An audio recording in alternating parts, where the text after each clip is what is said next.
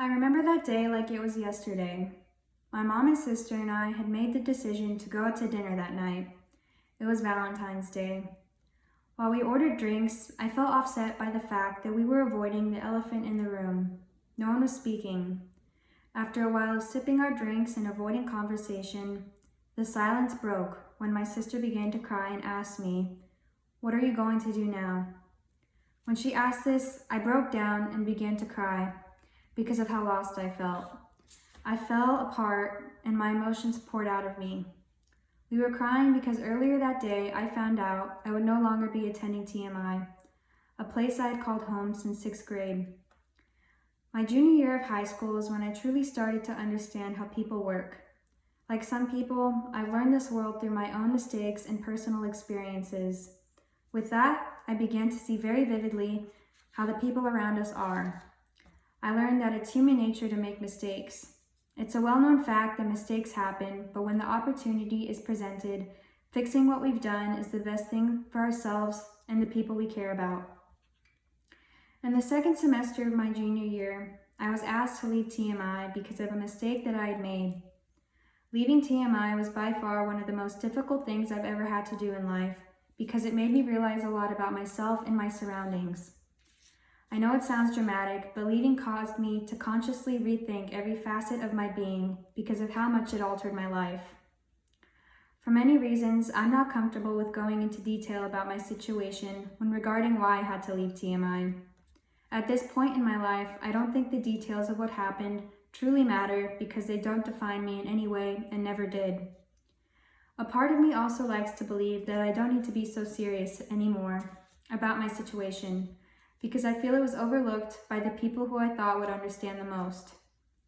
When I first left TMI, I knew that my first obstacle would be having to deal with my parents at home.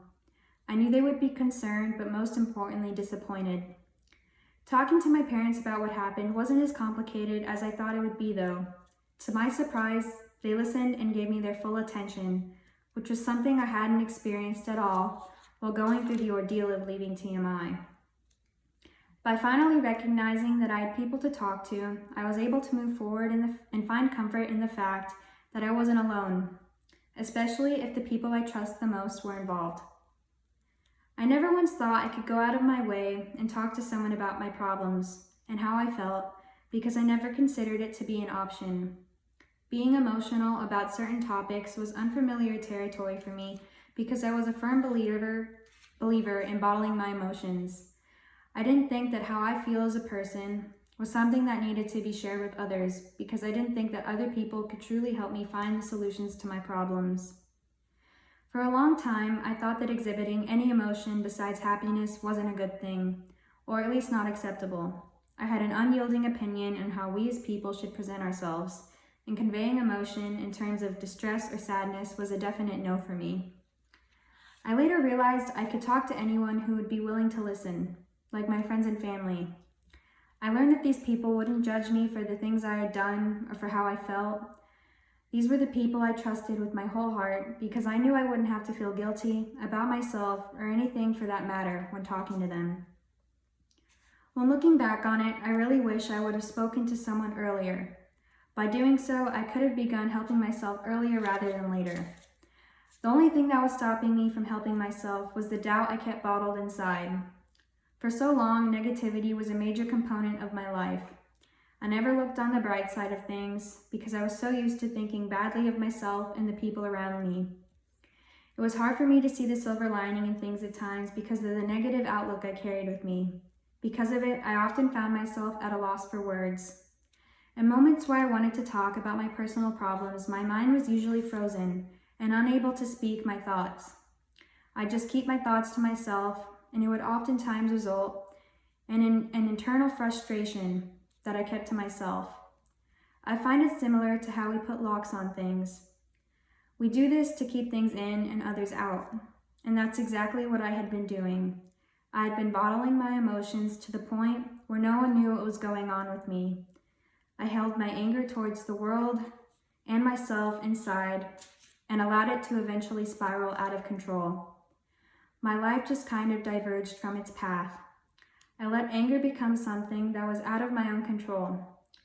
This ended up resulting in leading to mistakes that I felt could never be fixed. When I did seek help, it was like a weight was lifted off my shoulders and the relief I wanted was finally there for me.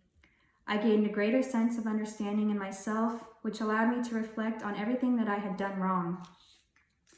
By expressing how I actually felt, by talking things out, I no longer thought in a negative manner about what worried and stressed me out. I began to see things as they truly were. Once I discovered this, I felt I could handle anything. I learned how to deal with my problems, which was honestly one of the best things that has ever happened to me. As of right now, I can genuinely say that I am a happy person. Learning to be positive was a big help in allowing me to move forward from what had happened. I also learned which people in my life were the most important. In light of everything that happened while leaving TMI, my true friends were unveiled to me, and for that I am extremely grateful. I learned that the people we choose to surround ourselves with are vital to many aspects of our lives, specifically the ones who choose to stick around when times get tough and aren't afraid to be honest with you. If we're around negative people and negative things, it only makes things worse for ourselves. It situates a setback and averts us from personal triumph. I challenge you to find the people in your life who will care and support you as an individual. Find the people that you can trust and do the same for them, because you never know when you'll need them. With all of that in mind, I planned on taking my newfound positivity into my senior year. I wanted everything to be carefree, and most importantly, I aspired to be happy. I didn't want the thoughts and opinions from others to hold me back. I became cognizant of the fact that the assumptions and speculations of people who don't truly know me weren't relevant in any way, while the opinions of people who know me the best matter the most, because these were the people that I cared for and who cared for me. I feel there was no particular day in which I discovered that I had found a new sense of resilience in myself. I had overcome my wrongdoings and what was holding me back. Acknowledging the truths of my life allowed me to gain the optimism I had been needing to keep moving forward. In light of how difficult I thought coming back to TMI would be, I kept my spirits high and chose to focus on how I can transcend myself rather than focusing on negativity. It took a lot of courage and work for me to feel better about myself again.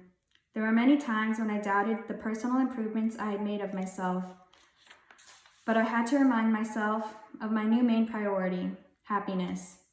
Even today, happiness is what I want the most at the end of the day, and I'm always trying to find it somewhere. Before I end this talk, I'd like to thank the most important people in my life. To my sister Chloe, you truly are my best friend and other half. Without you, I honestly don't know where I'd be in life. I know that it was hard for you when I wasn't here at TMI, and I'm sorry I couldn't be here to support you and lift you up as you deserve. At the end of the day, you are the most important person in my life, and I'm extremely lucky that you are my sister.